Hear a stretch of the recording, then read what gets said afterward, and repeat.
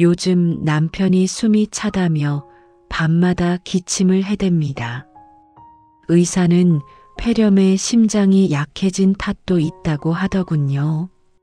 젊을 때는 산을 휘젓고 다니던 사람이었는데 이제는 집 앞 몇 걸음도 버거워합니다.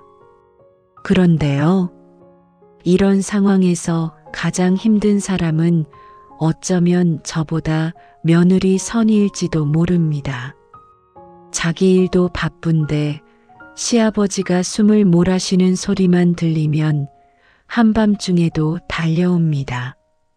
말은 안 해도 그 정성에 저는 자꾸 눈물이 앞을 가립니다.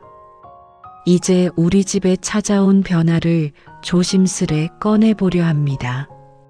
부엌 창문을 살짝 열어둔 터라 찬 바람이 식탁보를 흔들고 있었습니다. 팔에 담이 걸린 것처럼 묵직한 아침이었어요. 안방에서는 남편의 마른 기침이 간헐적으로 들려왔습니다. 폐가 약해진 뒤로 그 기침은 우리 가족의 시계를 대신하는 소리가 되었죠. 한 번 울리면 긴장했고 두 번 이어지면 가슴이 덜컥 내려앉았습니다. 끓여둔 미음은 벌써 식어 표면이 얇게 굳어 있었습니다. 숟가락을 집어 들었다가 다시 내려놓는 일이 반복됐습니다. 먹어야 한다는 걸 알면서도 목으로 넘어갈 틈이 없는 아침들이 계속되고 있었습니다. 그때 현관문 비밀번호 소리가 짧게 울렸습니다. 삑! 그 소리가 새벽의 정막을 깨고 집 안으로 들어왔습니다. 어머니, 오래 기다리셨어요? 선희가 문을 살짝 열고 들어오며 묻는 목소리는 바람에 잠긴 듯 부드럽고 낮았습니다. 손에 든 비닐봉지 안에서 약병이 서로 부딪히며 작은 소리를 냈습니다. 그 소리가 어쩐지 제 마음을 더 아릿하게 만들었습니다. 어제보다 좀 더 가빠요. 저는 짧게 말했지만 말끝은 자꾸 떨렸습니다. 선희는 신발을 벗자마자 바로 안방으로 향했습니다. 그 움직임에는 망설임이 없었습니다. 이 집에서 오래 산 사람처럼 마치 자기 아버지 돌보듯이 자연스러웠습니다. 안방 문을 열자 남편이 등을 약간 들썩이며 기침을 하고 있었습니다. 얼굴은 창백했고 입술은 미세하게 말라 있었습니다. 선희는 재빨리 베개를 조정해 남편이 숨을 조금이라도 덜 힘들게 쉬도록 자세를 고쳐주었습니다. 아버님, 조금만 천천히 숨 들이쉬세요. 선희의 목소리에는 불안 대신 익숙한 차분함이 깃들어 있었어요. 남편은 힘겹게 눈을 뜨며 선희를 쳐다봤습니다. 그 순간 남편의 눈동자에 깜빡하고 작은 빛이 지나갔습니다. 고맙다는 말 대신 눈으로 인사를 하는 듯 했습니다. 저는 문가에 서서 그 장면을 지켜봤습니다. 손등에 닿는 바람은 차가웠는데 눈앞에서는 따뜻한 온기가 번지고 있는 것만 같았습니다. 선희는 가방에서 깨끗한 회색 수건을 꺼냈습니다. 그 색이 어쩐지 익숙했습니다. 예전에 남편이 작업장에서 늘 들고 다니던 오래된 회색 수건이 떠올랐습니다. 문득 생각이 났습니다. 그 수건을 마지막으로 본 게 언제였을까? 혹시 선희는 어디서 본 걸까? 아무 말도 하지 않은 채 그 수건을 남편의 이마에 조심스럽게 대는 선희의 손길을 보며 제 마음도 조금씩 풀어졌습니다. 어머니, 어제보다 열은 조금 내린 것 같아요. 선희가 제게 말했지만 저는 쉽게 대답이 나오지 않았습니다. 목이 떨리고 가슴 한쪽이 묵직하게 뭉치는 것 같았습니다. 대답 대신 저는 남편의 발을 덮은 이불을 살짝 만졌습니다. 차갑지도 따뜻하지도 않은 온도. 사람의 생명이 이렇게 애매한 온도를 오가며 버티는구나 하는 생각이 들었습니다. 잠시 뒤 선희가 약통을 정리하며 말했습니다. 아버님은 어머니 계셔서 힘내시는 거예요. 그 말에 저는 고개를 들었습니다. 그냥 하는 말이 아니라는 걸 알 수 있었습니다. 진심이 고스란히 담겨 있었죠. 저는 그 말을 듣고도 쉬이 대답하지 못했습니다. 입술만 몇 번 달싹이다가 아주 작게 말했습니다. 내가 와줘서 고맙다. 그 말이 방 안에 부드럽게 가라앉는 동안 창문 틈으로 들어온 아침 햇살이 남편의 이마에 닿았습니다.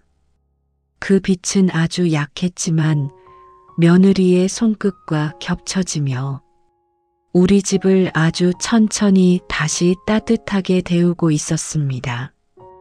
부엌 창문으로 햇빛이 비스듬히 들어오면서 바닥에 긴 선을 그렸습니다. 그 빛 위로 먼지가 천천히 떠다니는 걸 보는 동안 저는 잠시 손을 놓고 서 있었습니다. 남편의 숨소리가 거칠게 들릴 때마다 가슴이 움츠러들었는데 선희가 와 있는 지금만큼은 방 안이 조금은 안정된 것 같아 그 틈에 겨우 숨을 돌릴 수 있었습니다. 싱크대에는 설거지거리 몇 개가 어지럽게 놓여 있었지만 그런 것들을 챙길 마음의 여유는 없었습니다.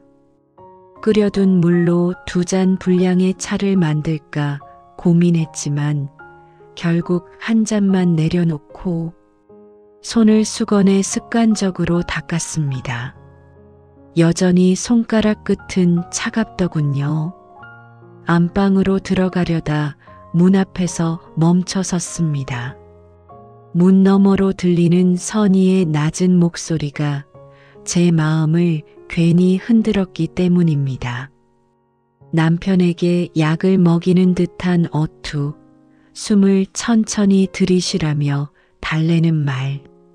제가 해야 할 일들을 선희가 대신해주는 그 모습이 고맙기도 하고 마음 한쪽을 아리게도 했습니다. 문을 조심히 열고 들어가니 남편은 헛기침을 몇 번 하다가 제 얼굴을 알아보는 듯 고개를 들었습니다. 그 옆에서 선희는 그의 손등을 닦아주고 있었는데 그 손에는 약품 냄새가 배어 있었고 약간 붉게 변한 자국들이 보였습니다. 얼마나 자주 물에 닿았을지 제 가슴이 뜨끔했습니다. 어머니, 아버님 조금 괜찮아 보이세요. 선희가 고개를 들며 말했지만 저는 도리어 그 말이 더 마음을 아프게 했습니다. 괜찮아 보인다는 말조차도 이 병이 완전히 나을 수 없다는 걸 서로 알고 있다는 뜻이니까요. 저는 가져온 컵을 선희 앞에 놓았습니다.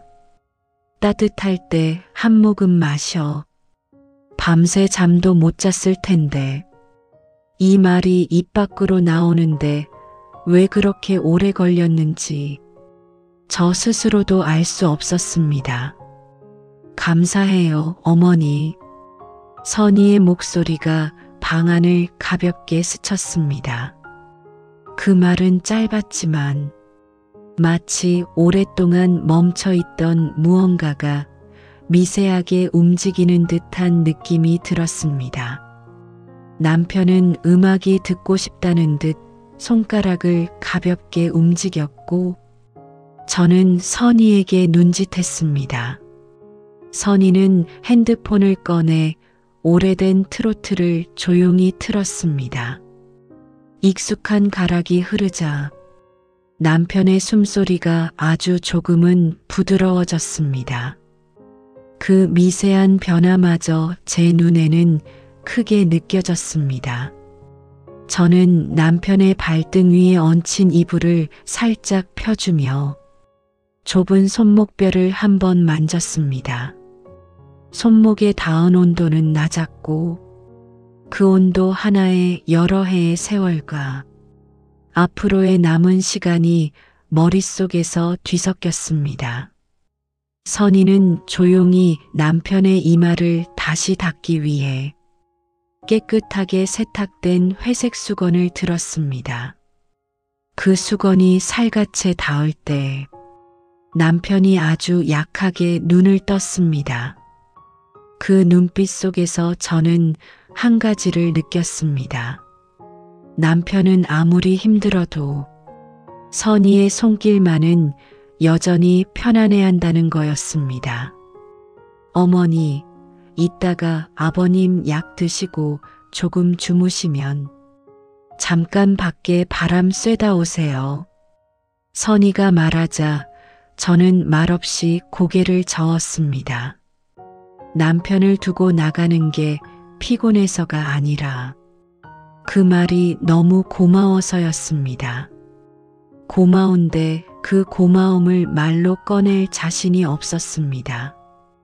선희는 제 표정을 살피더니 아무 말도 더하지 않고 남편의 손을 두 손으로 감싸 쥐었습니다. 그 모습이 너무 다정해 보여서 제 마음 한구석이 서늘해졌다가 다시 천천히 데워지는 느낌이 들었습니다. 그 순간 저는 아주 조용히, 아주 천천히 결심했습니다. 내 마음에 묻어두었던 말들, 이제는 조금씩 꺼내야겠다고. 방 안의 공기가 그 결심을 알고 있다는 듯 느릿하게 잔잔해졌습니다. 남편이 잠들고 집안이 잠시 고요해지자 저는 부엌에 홀로 남았습니다. 주전자에서 미지근한 김이 올라오고 있었지만 그조차 이 집의 공기를 데우지 못하는 것 같았습니다. 벽식의 초침 소리만 또박또박 새어나오고 그 소리를 들으며 저는 의자 끝에 겨우 앉았습니다. 하루 종일 남편의 호흡만 바라보고 살다 보니 제 숨소리마저 조심스러워지는 느낌이 들었습니다. 의사 말대로 폐렴이 심해지면 갑작스러운 순간이 올 수도 있다고 했는데 그 말이 머릿속에서 떠나질 않았습니다. 남편이 기침을 할 때마다 제 몸도 함께 움찔했고 손끝이 싸늘하게 식었습니다. 문득 저 혼자 이 집에 있는 것 같은 생각이 들었습니다. 비록 선희가 방 안에서 남편 곁을 보고 있지만 이 묵직한 두려움은 결국 제 몫이라는 현실이 어깨를 짓눌렀습니다. 저는 싱크대 앞에 서서 젖어 있는 행주를 손바닥 위로 쥐었습니다. 행주에서는 따뜻함보다 습기 냄새가 먼저 올라왔고 그 냄새가 이상하게 마음을 헛헛하게 했습니다. 한평생 남편과 다퉈가며 살던 날들, 그보다 더 많았던 무심한 침묵들, 지금 이 순간 그 모든 것이 뒤늦은 후회를 몰고 오고 있었습니다. 안방에서 남편이 낮게 헛기침을 하는 소리가 들렸습니다.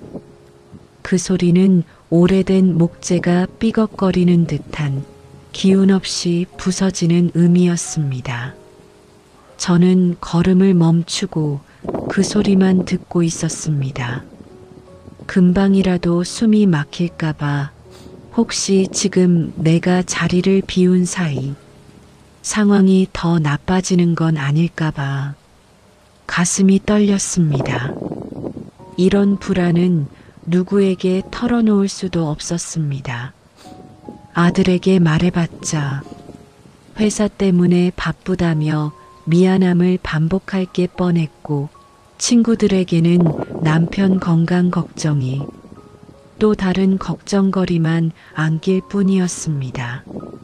나이 들어 생기는 걱정들은 누군가에게 나눌수록 가벼워지는 게 아니라 오히려 부끄러움만 남는 경우가 많습니다. 그때 안방 문이 아주 살짝 열렸습니다. 선희가 조심스럽게 얼굴을 내밀었습니다. 어머니, 아버님 잠드셨어요. 잠깐 앉으세요.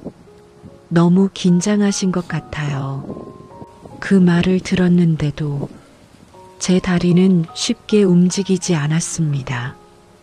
몸은 피곤한데 마음은 계속 걷잡을 수 없이 흔들렸습니다. 저는 마른 입술을 한번 다물고 겨우 한마디 건넸습니다. 선희야, 혹시 아버지 많이 힘든 거니? 말을 꺼내는 순간 가슴속에 묶여있던 매듭이 조금 풀리는 듯 했지만 동시에 더 크게 아파졌습니다. 그동안 누구에게도 하지 못했던 질문이었기 때문입니다. 선희는 한 걸음 다가와 제 손등을 살짝 잡았습니다. 힘드시긴 하지만 아직 괜찮아요. 어머니가 곁에 계시니까 버티는 거예요. 그 말이 고마움으로 다가오기보다 제 책임을 다시 확인시키는 문장처럼 들려 순간 숨이 막혔습니다. 하지만 선희의 손길은 따뜻했습니다. 그 따뜻함 덕분에 저는 어지러운 감정을 겨우 붙잡았습니다. 남편의 약 봉지를 정리하던 선희의 옆모습을 바라보다 저는 조심스레 결심했습니다. 오늘 밤부터는 남편의 상태를 더 세심하게 기록하고 작은 변화라도 놓치지 않겠다고. 그게 늦었지만 지금 제가 할 수 있는 유일한 책임인 것 같았습니다. 저는 종이와 펜을 꺼내 남편의 호흡, 기침, 약 먹은 시간, 표정까지 하나하나 쓰기 시작했습니다. 글씨는 삐뚤고 손끝은 떨렸지만 멈추지 않고 계속 썼습니다. 그 순간만큼은 고립된 마음이 조금은 흔들리며 새로운 결심이 작은 숨처럼 피어올랐습니다. 그리고 깨달았습니다.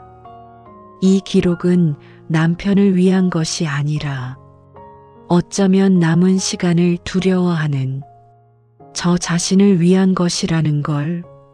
남편의 상태를 기록한 종이를 식탁 위에 올려두고 잠시 허리를 펴니 등이 뻐근하게 굳어 있었습니다. 손목은 오래 적어 내려가서인지 묵직했고 눈은 건조해져 잔물이 고였습니다. 그런데 묘하게도 마음은 조금 가라앉아 있었습니다. 무언가를 하고 있다는 생각이 불안의 가장자리에서 저를 잡아준 것 같았습니다.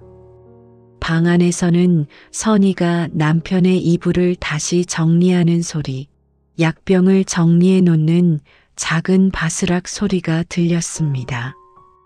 그 소리들이 집안을 천천히 정돈해가는 느낌이 들었습니다. 마치 오래된 서랍을 누군가 대신 닦아주는 듯한 고맙고 미안한 소리들이었습니다. 저는 종이를 천천히 접어 서랍에 넣고 작은 숨을 길게 내쉬었습니다. 그때 선희가 부엌으로 나왔습니다.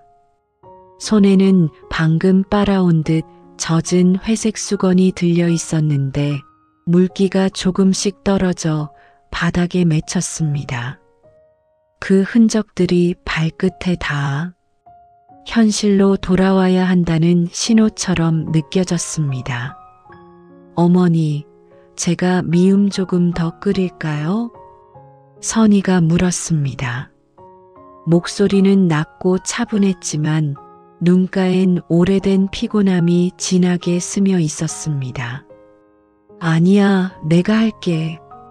저도 모르게 나온 말이었습니다. 며느리에게 더 맡기면 미안할 것 같고 제가 너무 무력해 보일까 두려웠던 마음도 섞여 있었습니다. 하지만 선희는 고개를 저었습니다. 어머니, 아버님 옆에 계세요. 그게 더 필요해요. 그 말에 제 손이 잠시 흔들렸습니다. 마치 당신이 있어야 한다고 말해주는 것 같아서 어쩌면 누구에게도 들은 적 없는 말이라 그 순간 숨이 걸리는 느낌이 들었습니다. 선희는 조용히 냄비를 꺼내고 부엌에 서서 미음을 다시 끓이기 시작했습니다.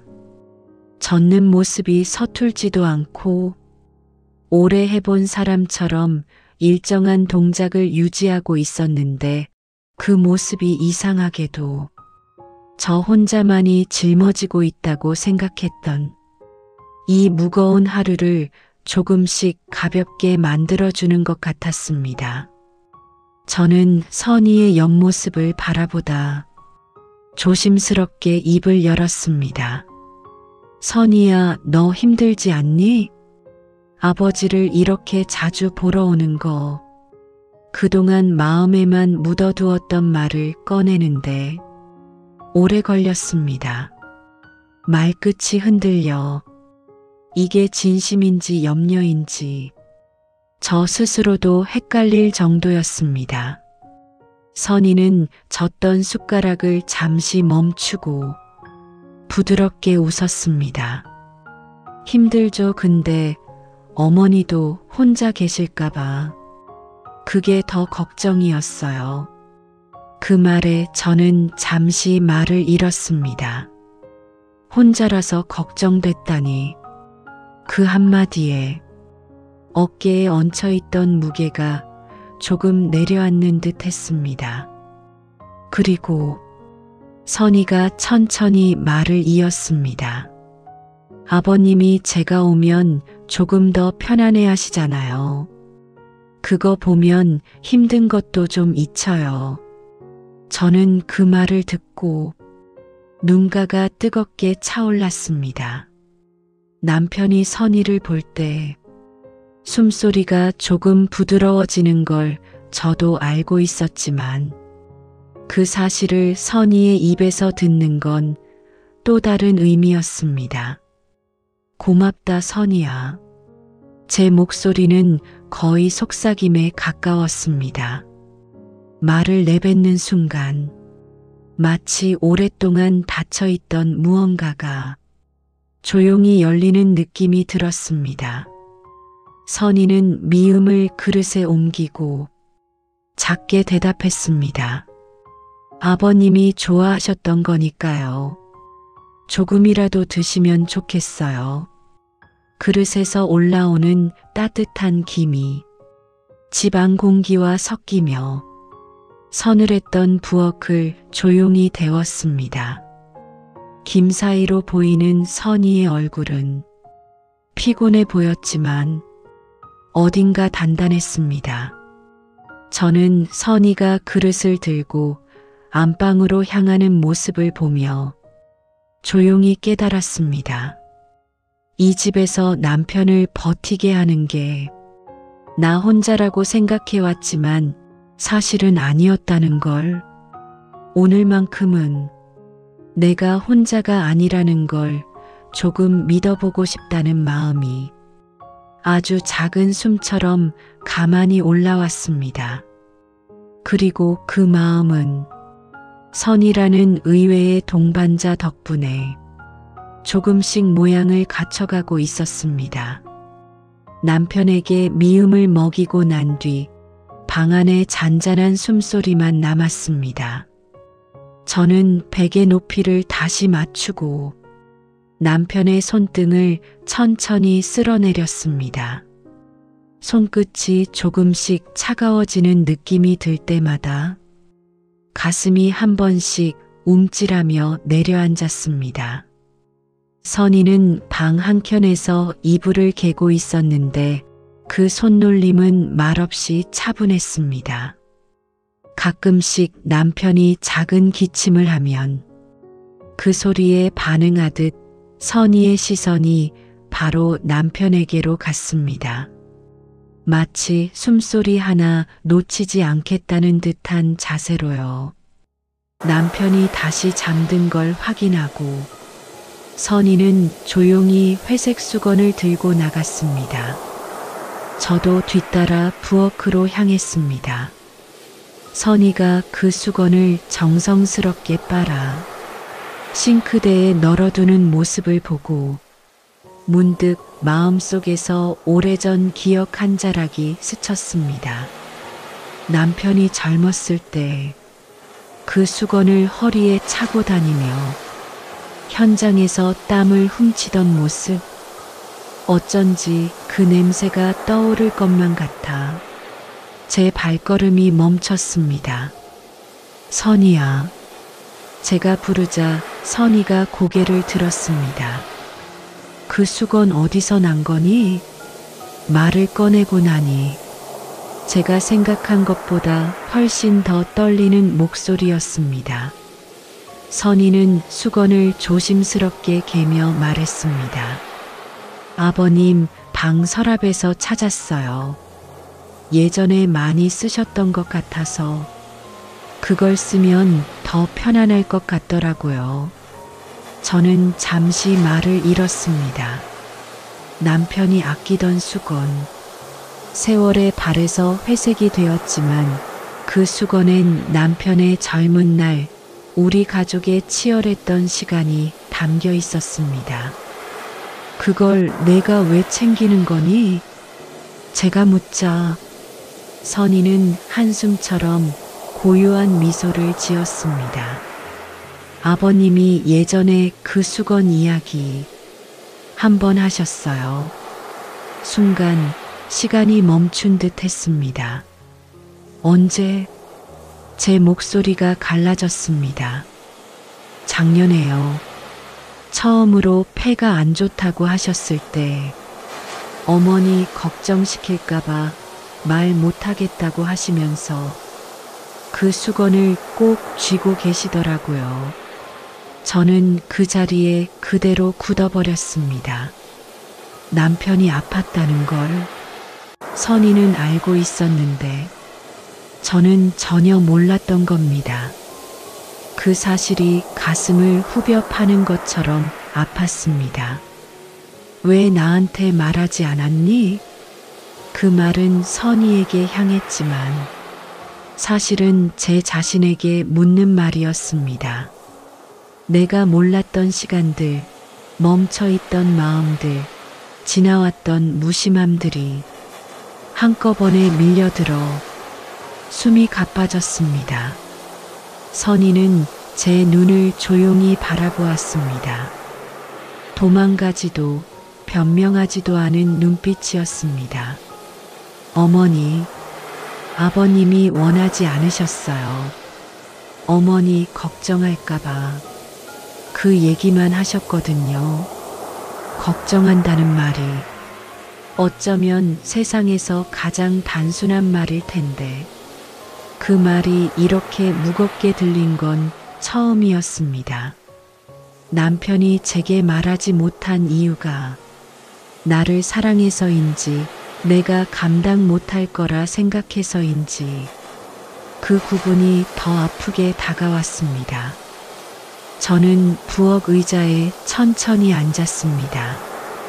손을 무릎 위에 올려두었는데 손등이 떨렸습니다. 그리고 아주 작은 목소리로 말했습니다. 선희야, 그동안 너 혼자 알고 있었구나. 선희는 고개를 천천히 숙였습니다. 미안함도 있었지만 그보다 더 깊은 마음이 묻어나는 표정이었습니다. 어머니가 혼자 감당하실까봐 제가 그냥 옆에서 조금이라도 붙잡고 있으려고 했어요. 그 말에 눈앞이 조금 흐려졌습니다. 고맙고 미안하고 부끄럽고 단정할 수 없는 감정들이 한꺼번에 밀려들어 그 자리에 오래 앉아 있을 수밖에 없었습니다. 싱크대에 걸린 회색 수건에서는 아직도 물방울이 뚝뚝 떨어지고 있었고 그 물방울이 바닥에 떨어질 때마다 처음 듣는 소리처럼 가슴이 울렸습니다. 그 소리마다 남편이 숨겼던 마음, 선희가 감당해온 마음, 그리고 제가 몰랐던 마음들이 하나씩 드러나는 것만 같았습니다. 밤이 깊어가자 집안의 공기는 더 무거워졌습니다. 부엌에 불을 끄고 안방으로 돌아오는 길, 복도에 드리워진 그림자가 길게 늘어져 있었습니다. 남편의 방에서 새어나오는 희미한 약 냄새와 가끔 들려오는 마른 숨소리가 어둠 속에서 더 크게 울려 퍼지는 듯 했습니다. 남편은 반쯤 누운 자세로 호흡기를 끼고 있었습니다.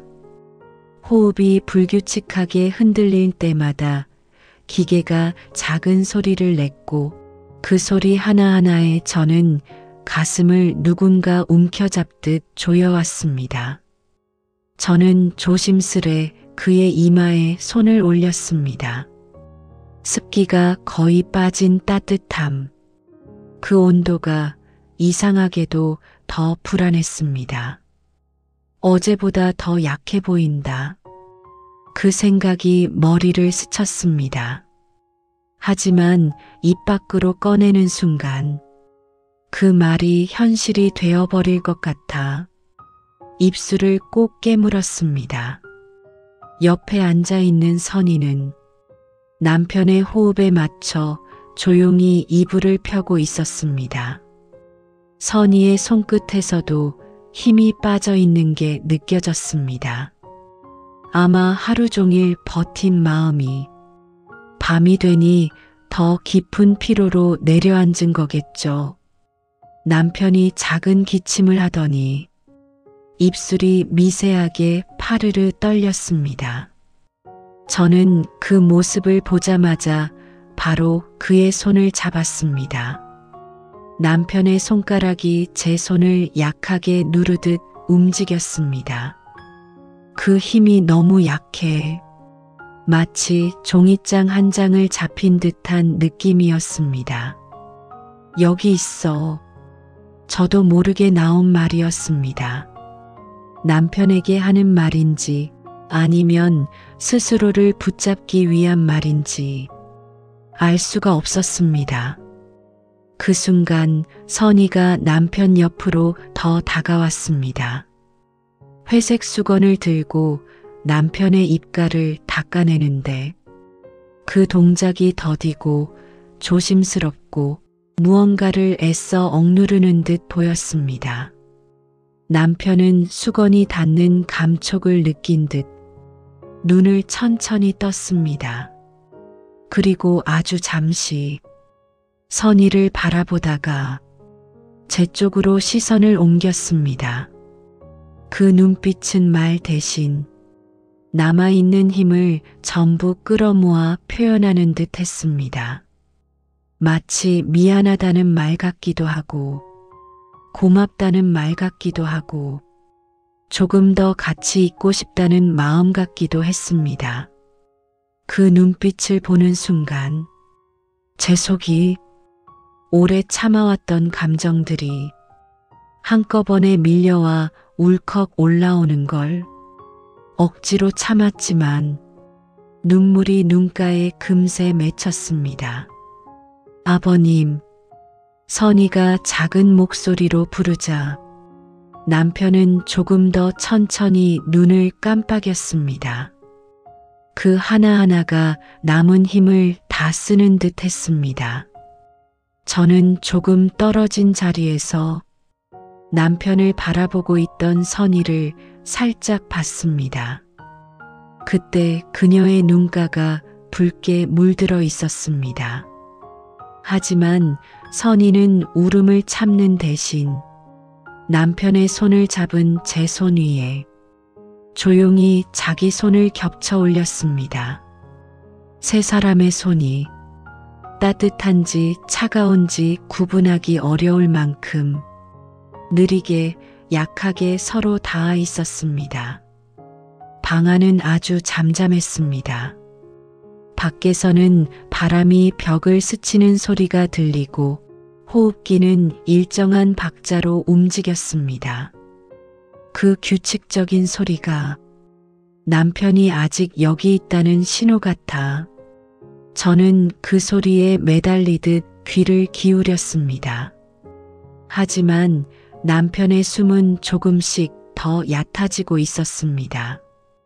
마치 밤의 어둠이 남편의 숨을 조금씩 가져가는 것처럼 보였습니다.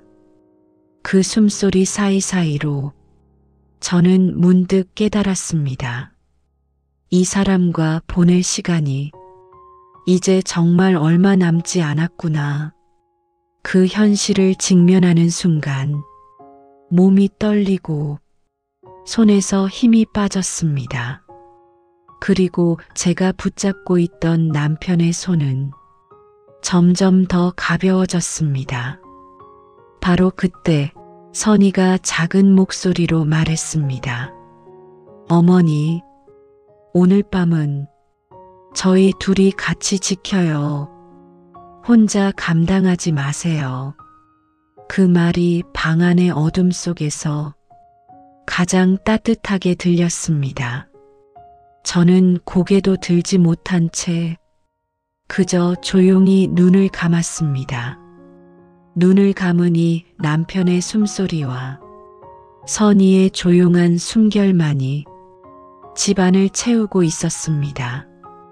그리고 그 깊은 어둠 속에서 처음으로, 정말 처음으로 내 마음의 가장 연약한 부분을 누군가와 함께 붙잡고 있다는 걸 느낄 수 있었습니다. 남편의 상태가 더 불안정해지면서 밤은 끝나지 않을 것처럼 길어졌습니다. 호흡기의 규칙적인 소리가 조금씩 흐트러지자 저는 자리에서 몸을 앞으로 숙였습니다. 남편의 가슴이 가늘게 들썩일 때마다 마음도 함께 흔들렸습니다. 선희는 남편 옆에서 회색 수건을 쥔 채 조용히 남편의 이마를 닦아주고 있었는데 그 손끝이 미세하게 떨리고 있었습니다. 그 떨림을 보는 순간 그동안 얼마나 많은 시간을 이 아이가 혼자서 감당해 왔는지 새삼 느껴져 목이 꽉 막혔습니다. 아버님, 조금만 더 편안히요. 선희가 낮게 말했지만 남편의 호흡은 점점 더 가늘어지고 있었습니다. 저는 선희의 뒤쪽에서 남편을 바라보다 갑자기 참았던 감정이 한꺼번에 터져 올라왔습니다. 평생 가족을 지킨다고, 지켜야 한다고, 내가 아니면 아무도 못한다고 믿고 살아왔는데 정작 가장 중요한 순간들에서 많은 걸 놓쳤다는 사실이 벼락처럼 가슴을 때렸습니다. 선희야. 제가 부르자 선희가 고개를 돌렸습니다. 그 눈빛은 이미 울음을 오래 참고 있는 사람의 눈이었습니다. 내가 이런 걸 너 혼자 알고 있게 했구나. 말을 꺼내는 순간 입술이 떨리며 제 목소리가 갈라졌습니다. 어머니, 선희가 조용히 불렀지만 저는 말을 멈출 수 없었습니다. 마음속에 묻어뒀던 것들이 쏟아져 나오는 걸 더는 막을 수 없었습니다. 남편이 아버지가 힘들었던 것도 너한테 의지했던 것도 나는 아무것도 몰랐어. 목소리가 떨려 말 한마디마다 가슴이 찢어지는 것 같았습니다. 내가 아내라면서 가족이라면서 왜 이렇게 많은 걸 놓쳤을까? 그제서야 눈물이 흘러내렸습니다.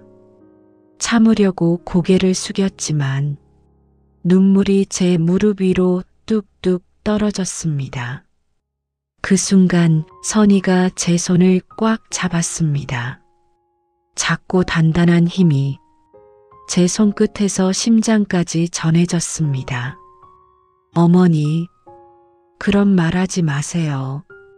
선희의 목소리도 흔들렸습니다. 오랫동안 참아왔던 감정이 같이 흔들리는 듯한 떨림이었습니다.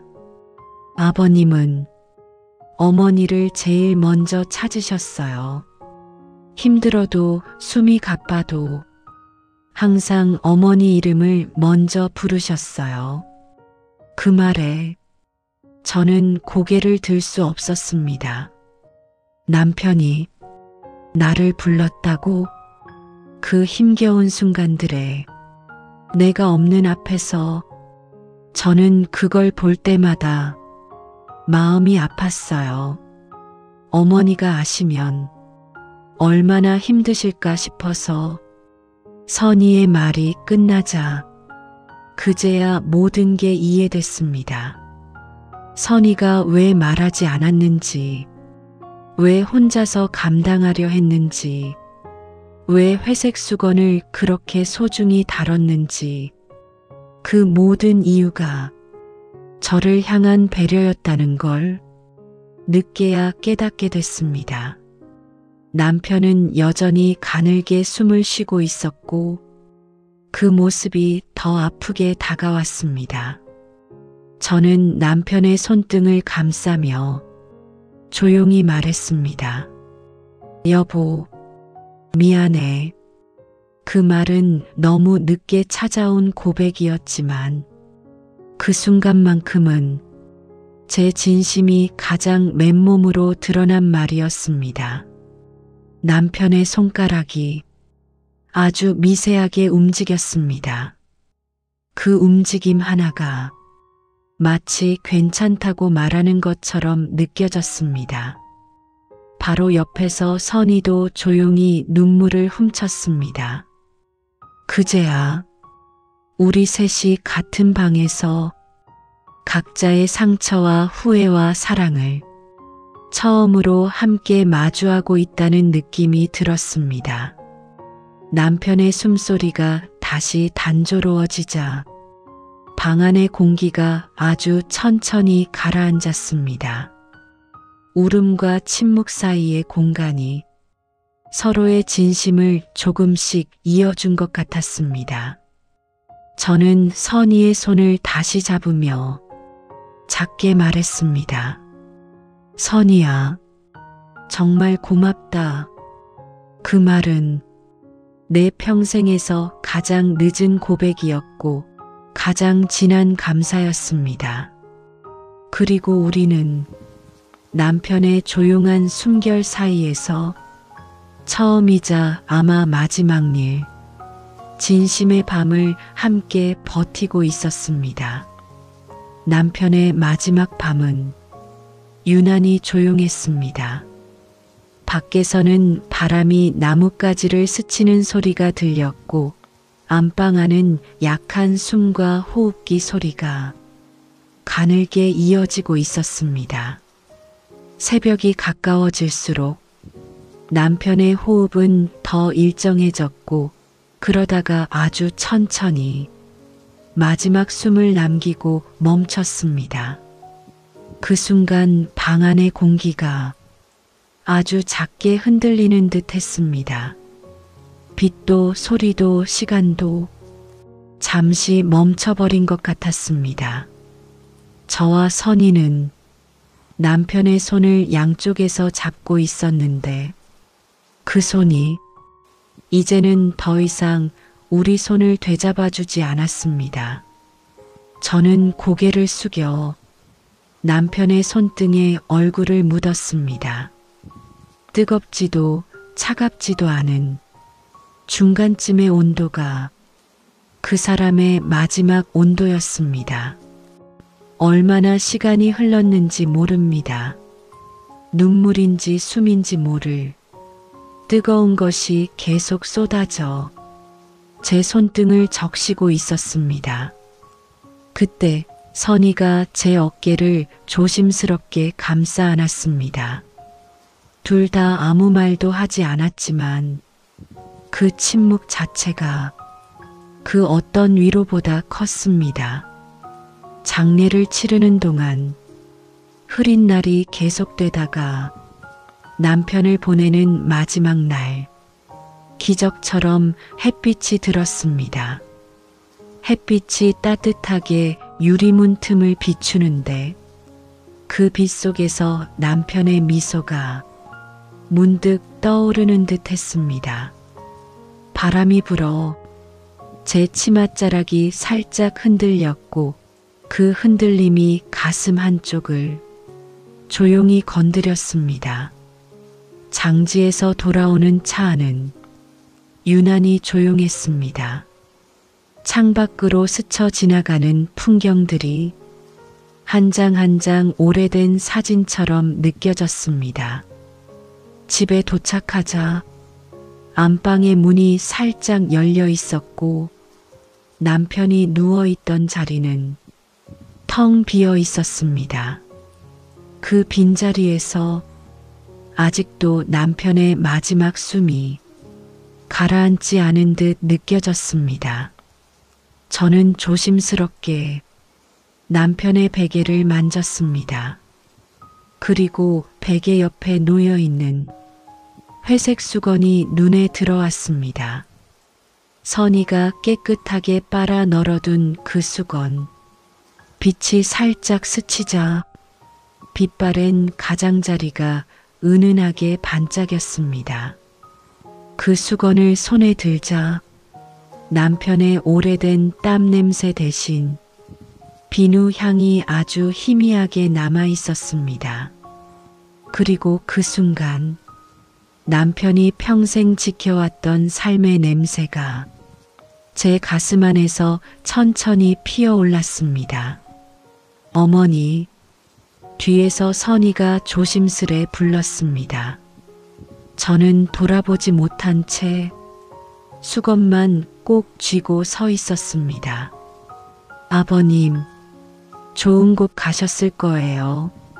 선희의 목소리는 울음이 섞여 있었지만 그 안에는 묵직한 진심이 담겨 있었습니다.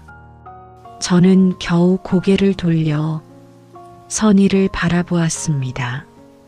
붉어진 눈, 하지만 단단한 표정. 그 얼굴을 보는 순간 제 마음속에서 무언가가 천천히 녹아내렸습니다. 선희야. 제가 부르자 선희는 한 걸음 다가왔습니다. 정말 고마웠다. 이 말은 남편이 떠난 뒤 처음으로 꺼낸 진심이었습니다. 선희는 고개를 숙이며 제 손등을 가만히 감싸주었습니다. 둘의 손 사이로 햇빛이 살짝 들어왔고 그 따뜻함이 손끝에서 마음까지 번져갔습니다. 어머니, 저도 감사했어요. 선희가 말하자 저는 순간 숨이 멈춘 듯 했습니다. 저도 아버님 모시면서 어머니 곁에서 많이 배웠어요. 그 말은 위로가 아니라 마음에서 우러난 고백이었습니다.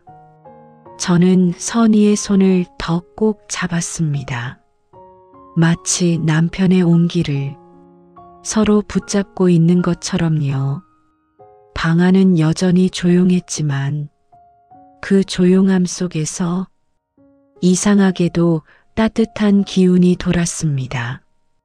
남편이 떠난 자리는 사라진 것이 아니라 우리가 서로를 더 붙잡게 만드는 자리로 조용히 바뀌고 있었습니다. 저는 회색 수건을 접어 조심스레 서랍 안에 넣었습니다. 그리고 아주 작은 목소리로 혼잣말처럼 말했습니다. 여보, 여기서부터는 우리 둘이 잘 지켜볼게. 그 말이 방 안에 부드럽게 퍼지자 햇빛이 커튼 사이로 살며시 들어와 늦은 봄날의 온도처럼 둘의 어깨를 가만히 감싸 안았습니다. 오늘의 이야기가 여러분들의 마음에 작은 울림과 위로가 되었다면 구독과 좋아요를 눌러주시면 감사하겠습니다. 앞으로도 여러분들에게 위로가 될 이야기로 찾아뵙겠습니다. 감사합니다.